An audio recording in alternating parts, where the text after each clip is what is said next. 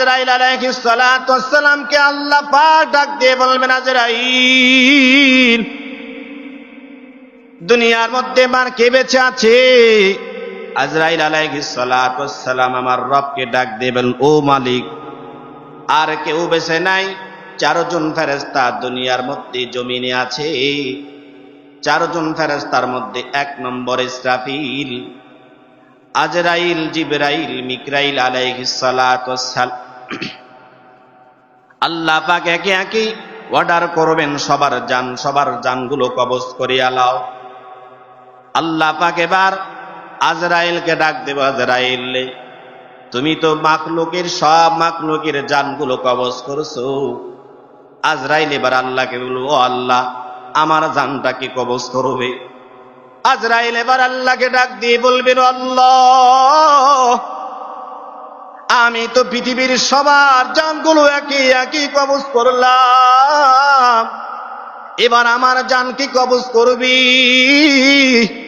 আল্লাহ পাক ডাক দিয়ে বলবেন, ও আজরাইল, তোমার জানটা এবার তুমি নিজে কবজ করিয়া লও। এরে ভাই, দুনিয়ার মধ্যে কেউ স্থান পায় নেই, কেউ থাকতে পারবে না। দেখেন, ফেরাউনও দুনিয়া থেকে বিদায় হয়ে গেছে, সাদ্দাত চলে গেছে, হামান কাফের চলে গেছে, যুগে যুগে সবাই চলে যাবে। বর্তমান সময়ে যারা ক্ষমতাধর শক্তি দেখায়, যাদের শক্তির এত গরম, শক্তি দেখাইয়া মুসলমানদের উপর নির্যাতন করতেছে বিশ্বের মধ্যে, এক নম্বর হলো কসাই মোদি।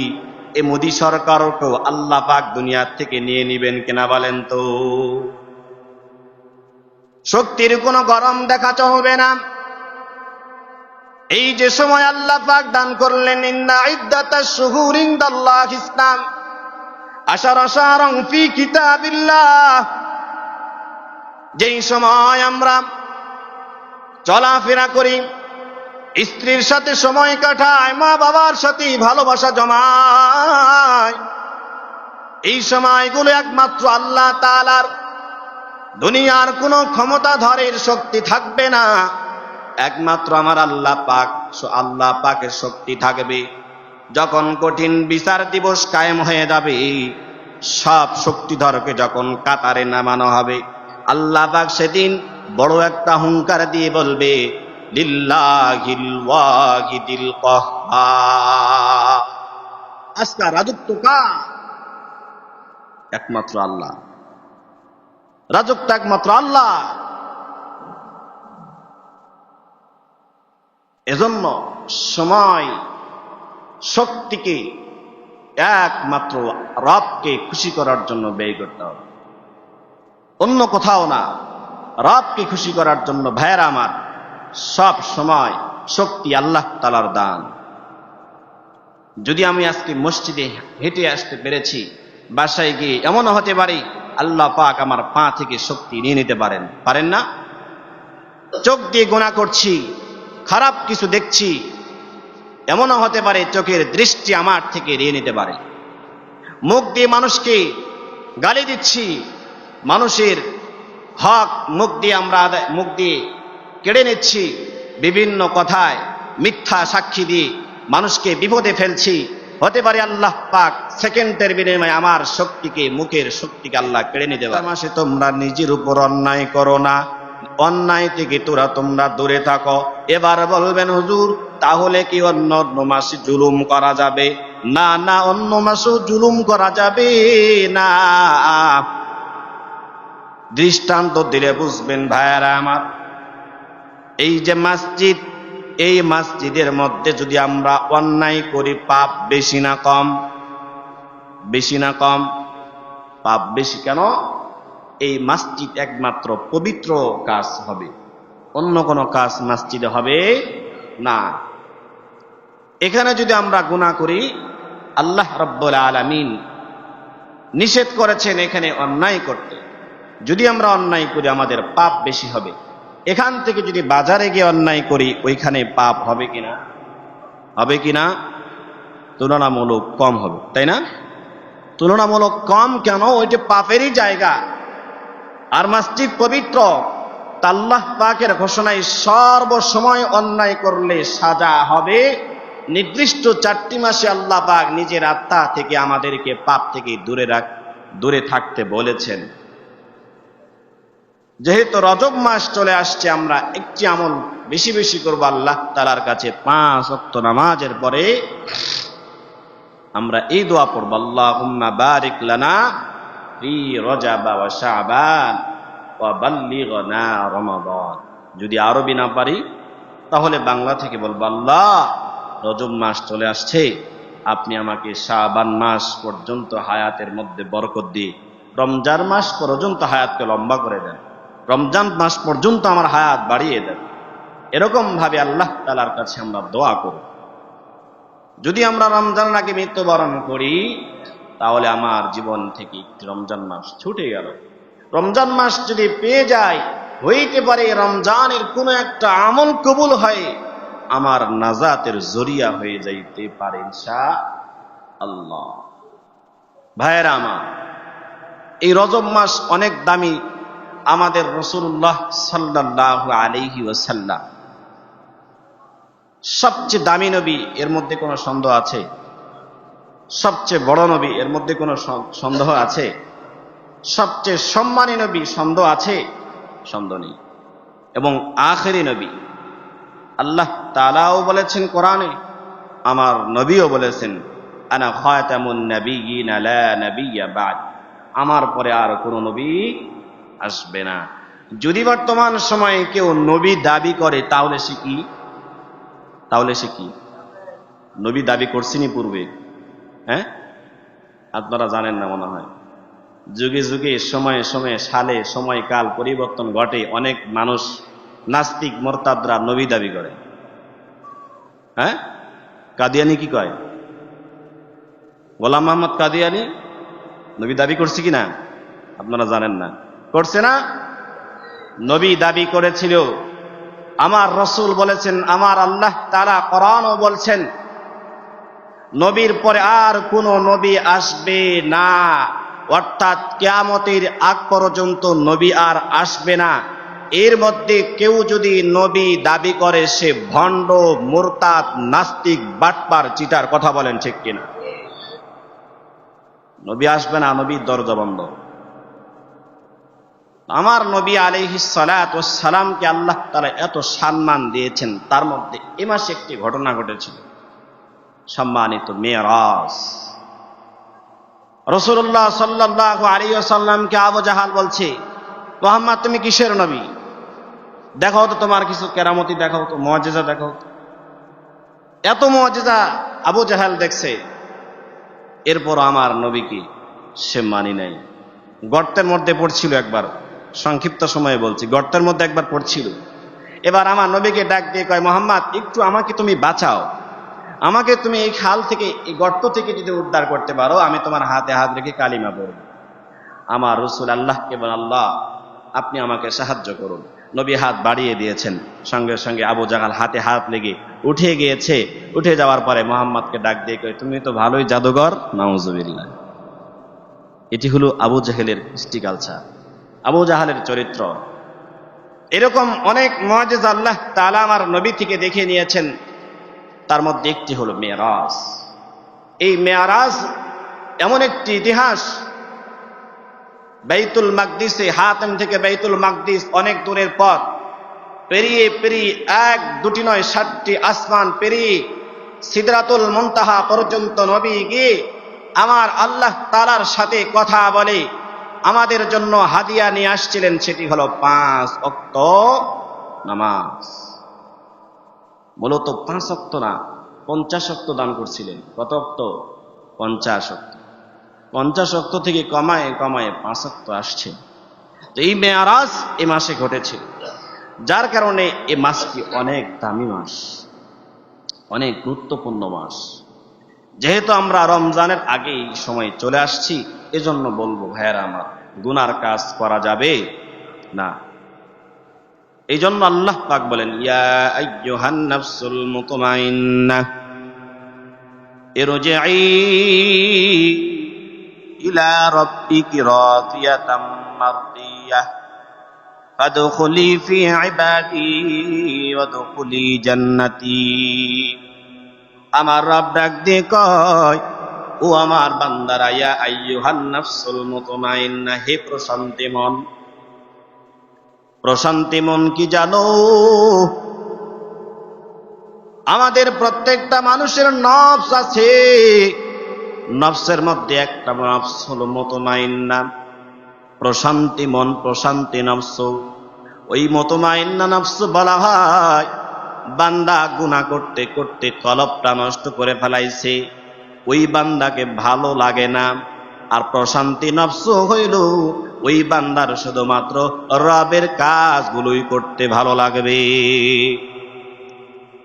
নফসে মুতমাইন্নাহ এমন, শত ব্যস্ত থাকো না কেন, শত কাজ থাকুক না কেন, যখন আল্লাহর আওয়াজ এলান হয়ে যাবে, নামাজের সময় হয়ে যাবে, শত ব্যস্ত থাকো না কেন, ব্যস্ততা ফেলে দিয়া একমাত্র রবের ঘরে হাজির। আল্লাহ তাআলার বিধান অনুযায়ী যখন যেই আদেশ হবে ওই কাজটা সহজেই করা যাবে।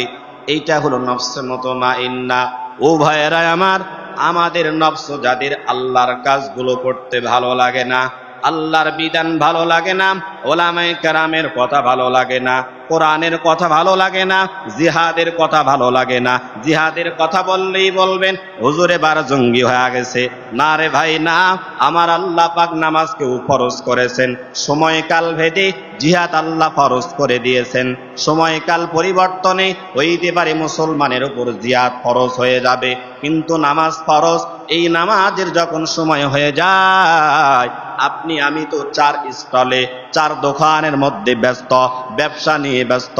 আমার নফসটা মুতমাইন্নাহ হইতে পারে নাই, আমার নফসও ভালো নফস হইতে পারে নাই, আমার কলবের মধ্যে কালি জমা পড়িয়া গিয়েছে।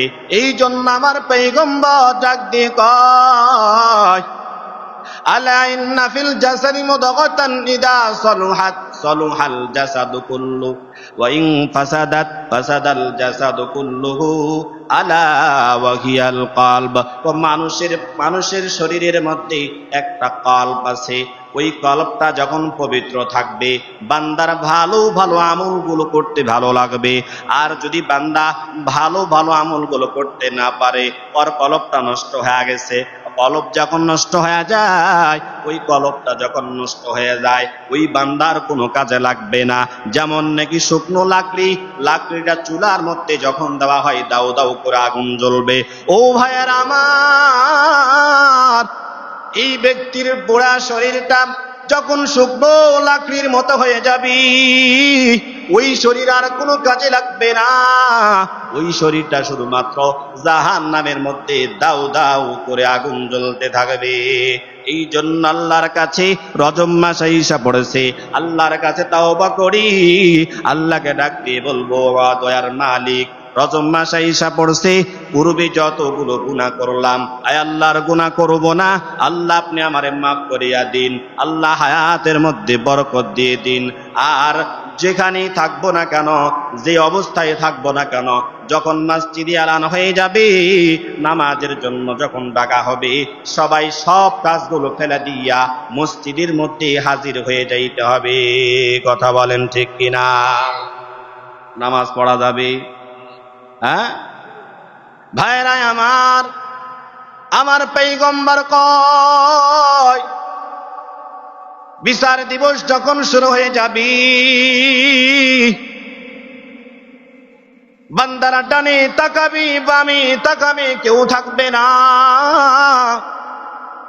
আমার পয়গম্বরের জন্য কয়, আউয়ালু মা ইউহাসাবু বিহিল আবদু ইয়াউমাল কিয়ামাতিস সালাহ। আমার পয়গম্বর জানায় দিয়েছেন রে ভাই, ও আমার মুসল্লিয়ানে কেরাম, আমার পয়গম্বর আগেই জানায় দিয়েছেন, আউয়ালু মা ইউহাসাবু বিহিল আবদু ইয়াউমাল কিয়ামাতিস সালাহ। সবাই জানি আমরা কঠিন কিয়ামতের ময়দানে বিচার দিবস কায়েম হবে, মিজানের পাল্লা জারি হয়ে যাবে। সেদিন সর্বপ্রথম বিচারটা হবে নামাজে। কিসে? যেটা সর্বপ্রথম হবে ওইটার মধ্যে আমরা গাফেল, ওইটার মধ্যে গাফেল। শীত, প্রচন্ড শীত, বলবেন হুজুর উজু করাই তো কষ্ট, নামাজ পড়বো কেন? ভাইয়ার আমার, এটা সামান্য শীত, জাহান্নামের আগুন কত কঠিন হবে। আজকে নামাজ আমরা ভুলি না, ভালো ভালো কাজগুলো করি না। যদি আমাদের মৃত্যুর পরে আপনার আমার কবরটা জাহান্নামের ঘর হয়ে যায়, ওই সময় আমাদের সহযোগিতা কে করবে বলুন? করবে কেউ? দুনিয়ার মধ্যে অসুস্থ হইলে ডাক্তারের কাছে যায়, মা সেবা করে, বাবা সেবা করে, স্ত্রী সেবা যত্ন নেয়, সন্তানরা যত্ন করে, কিন্তু মৃত্যুর পরে যখন আমরা জাহান্নামে চলে যাব, কোনো সেবা করার লোক থাকবে না। আমরা তো সবাই জানি, সবাই আমরা এই কথা বিশ্বাস করি যে আমরা একদিন না একদিন দুনিয়া থেকে বিদায় হয়ে চলে যাব। সবাই জানে নাকি জানে না কেউ? আমরা সবাই জানি না নাকি আমরা মৃত্যুবরণ করব না? কেউ বাঁচতে পারছে? বোঝার জন্য বলে ভাইয়েরা আমার, এরে মুমিন, সবাই যখন দুনিয়া থেকে বিদায় হয়ে চলে যাবে, আল্লাহ পাক বলবেন ওয়ানুফিখা ফিস-সূরি ফাসাইকা মান ফিস-সামাওয়াত। আল্লাহ পাক ইসরাফিল আলাইহিস সালাতু ওয়াস সালামকে অর্ডার করবেন, সিংহায় ফুৎকার দিয়ে দাও। একে একে ফুৎকার চলবে, সবাই বিদায় হয়ে যাবে। বুঝার জন্য বলি, আজরাইল আলাইহিস সালাতু ওয়াস সালামকে আল্লাহ পাক ডাক দিয়ে বলবেন, আজরাইল, দুনিয়ার মধ্যে আমার কে বেঁচে আছে? আজরাইল আলাইহিস সালাতু ওয়াস সালাম আমার রবকে ডাক দেবেন, ও মালিক, আর কেউ বেঁচে নাই। চারজন ফেরেশতা দুনিয়ার মধ্যে জমিনে আছে। চারজন ফেরেশতার মধ্যে এক নম্বর ইসরাফিল, আজরাইল, জিবরাইল, মিকরাইল আলাইহিস সালাতু ওয়াস সালাম।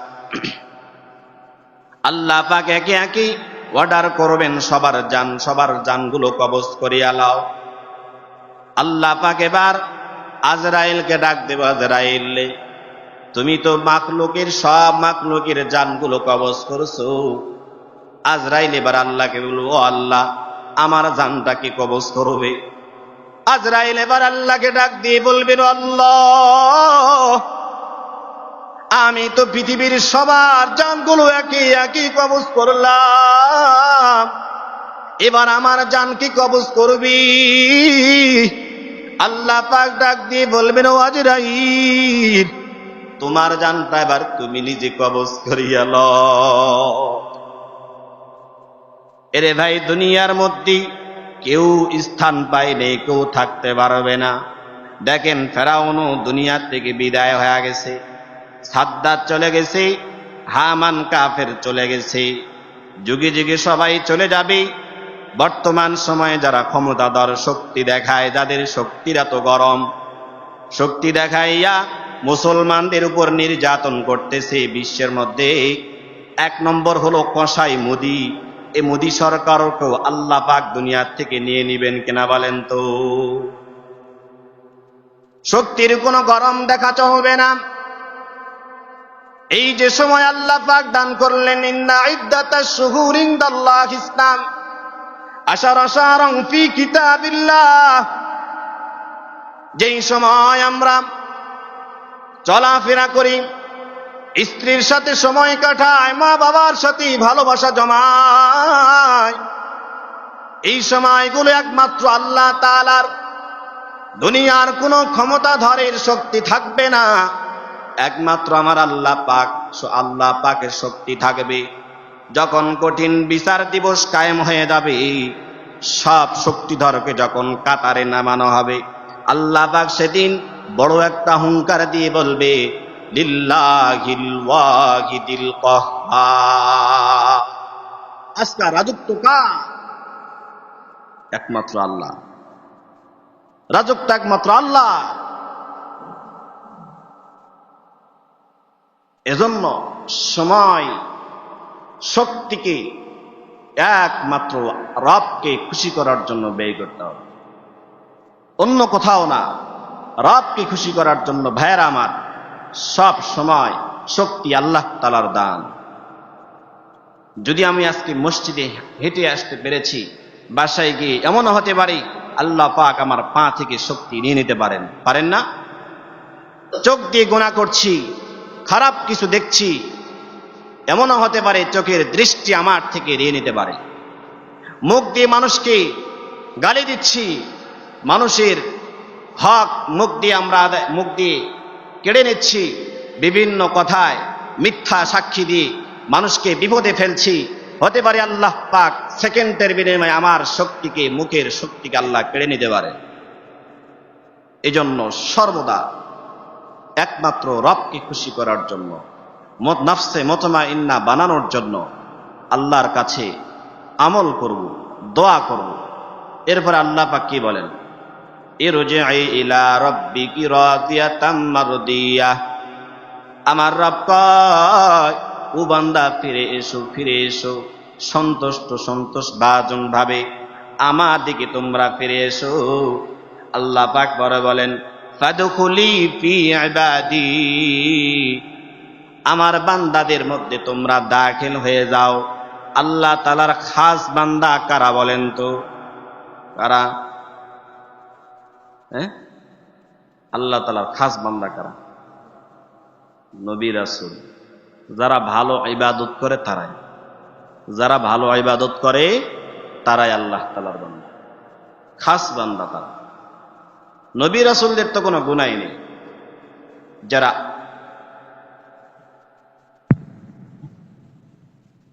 কথা বলেন কেন?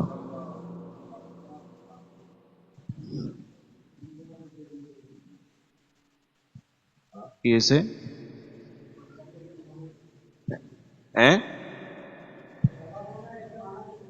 ও আচ্ছা, নাকি বয়ানের কোনো সমস্যা? বয়ান কি ভুল হইতেছে নাকি? ভুল হইলে আবার বইলেন, ভুল হইতে পারে, মানুষ না, ভুল তো হইতেই পারে, স্বাভাবিক। যে কথা বলতেছিলাম, কি বললাম? আল্লাহ তাআলার খাস বান্দা নবী রাসূল তো তাদের কোনো গুনাহ নেই। একমাত্র রবের ভালো ভালো ইবাদত যারা করবে তারা হচ্ছে আল্লাহ তাআলার বান্দা। ফাদখুলি ফি ইবাদি, আল্লাহ তাআলা বলেন উদখুলি জান্নাতি, তোমরা এবার জান্নাতে প্রবেশ করিয়া লও। সুবহানাল্লাহ। যদি আমরা নফসে মুতমাইন্না বানাইতে পারি তাহলে আল্লাহ তাআলার খাস বান্দা হতে পারবো, এমন কি আল্লাহ তাআলার জান্নাতের মেহমানও হতে পারবো ইনশাআল্লাহ। ভাইরা আমার, এজন্য নফসে মুতমাইন্না বানানো যাবে তো? নফসে মুতমাইন্না নফস এমন সব সময় আল্লাহ তাআলার ধ্যান আর খেয়াল থাকবে, সব সময় আল্লাহকে রাজি আর খুশি করার জন্য ইবাদত করতে হবে। নফস মুতমাইন্না পবিত্র একটা নফস, আল্লাহর কাছে দোয়া করতে হবে, আল্লাহ নফসে লাওয়ামা, নফসে খারাপ অপবিত্র নফস আমাকে আপনি দিয়েন না, নফসে মুতমাইন্না দেন, যেই নফসটা মৃত্যুর পরে আল্লাহ পাক জান্নাতের মেহমান হিসেবে কবুল করেন।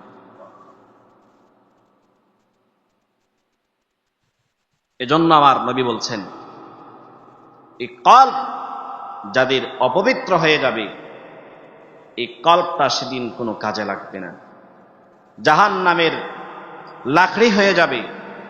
আল্লাহ রাসূল সাল্লাল্লাহু আলাইহি ওয়াসাল্লাম আরো বলেন, ঠিক আছে না? আল্লাহ রাসূল সাল্লাল্লাহু আলাইহি ওয়াসাল্লাম আরো বলেন, আমরা যখন মৃত্যুবরণ করব, মৃত্যুর পরে মানুষকে কোথায় নিয়ে যাওয়া হয়? কবর, তাই না? প্রথম ঘাঁটি কি মানুষের? কবর। এই কবরটা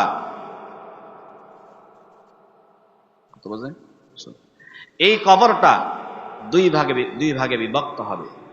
একটি হচ্ছে জাহান্নামের ঘর, আরেকটি হচ্ছে জান্নাতের ঘর।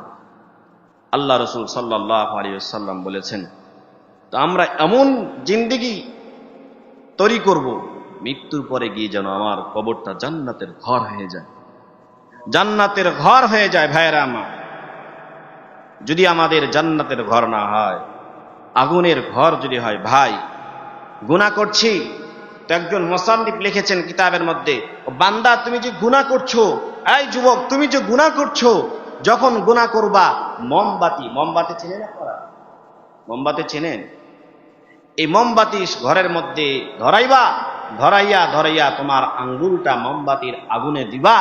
যদি তুমি আগুনে পোড়াইতে পারো তাহলে তুমি গুনাহ করো, আর যদি তুমি পোড়াইতে না পারো, কষ্ট হয়, তাহলে তুমি গুনাহ করো না। ও কেননা মোমবাতির আগুনের তেজ তো সামান্য, জাহান্নামের আগুনের তেজ এমন তেজ হবে।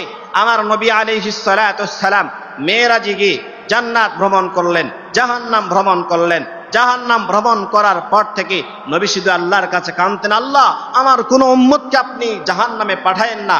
মাকামে মাহমুদি আল্লাহ রাসূল সাল্লাল্লাহু আলাইহি ওয়াসাল্লাম সিজদায় পড়ে পড়ে শুধু কাঁদবেন। আল্লাহ পাক জিবরিলকে ডাক দিয়ে বলেন, যাও, আমার নবীকে আমি কম কাঁদাই নাই। তায়েফের ময়দানে দুষ্টুরা আমার নবীকে মারে রক্তাক্ত করেছিল, আমার নবী অনেক কেঁদেছে। আমার নবী কি চায় বলো? আমার নবীকে এসে বলবেন, পয়গম্বর আপনি কি চান? আমার নবী বলবেন, আমি কিছুই চাই না, আমার একটা উম্মতও যেন জাহান্নামে না যায়। আমার আল্লাহ পাক বললেন, ওয়াদা কবুল করলাম, তোমার কথা কবুল করলাম, আমি তোমার কোনো উম্মতকে জাহান্নামে পাঠাবো না। তবে উম্মত হইতে হবে খাঁটি। সবাই তো উম্মত হইতে হবে খাঁটি। এজন্য ভাইয়েরা আমার, আমরা সব সময় কবরের চিন্তা করে সামনে পথ আগাবো আর গুনাহ থেকে দূরে থাকবো। আপনাদেরকে দাওয়াত করলাম, 5 ওয়াক্ত মসজিদে নামাজ পড়বো ইনশাআল্লাহ। আর আমরা যারা 31st নাইট যে যুবকরা পালন করেছি, আল্লাহর কাছে তাওবা করব। তাওবা করা ছাড়া মাপ নেই। এটি মুসলমানদেরকে কষ্ট দেওয়া হয়েছে, এটি হারাম কাজ করা হয়েছে। আমাদের এলাকার যেই যুবক ভাইয়েরা আপনারা করেছেন, আল্লাহর কাছে তাওবা করবেন, অন্যথায় ক্ষমা নাই। আল্লাহ পাকের কাছে দোয়া নিয়ে আল্লাহ তাআলার কাছে ক্ষমা চাবেন। অনেক মানুষ কষ্ট পেয়েছে, এটি অনেক খারাপ কাজ, আপনাদের হাতে ধরেছি। পূর্বে এরকম কোনো অন্যায় কাজ করা যাবে না, অনেক গুনাহের কাজ। আল্লাহ পাক আমাদের সকলকে আমল করার তৌফিক দান করুন।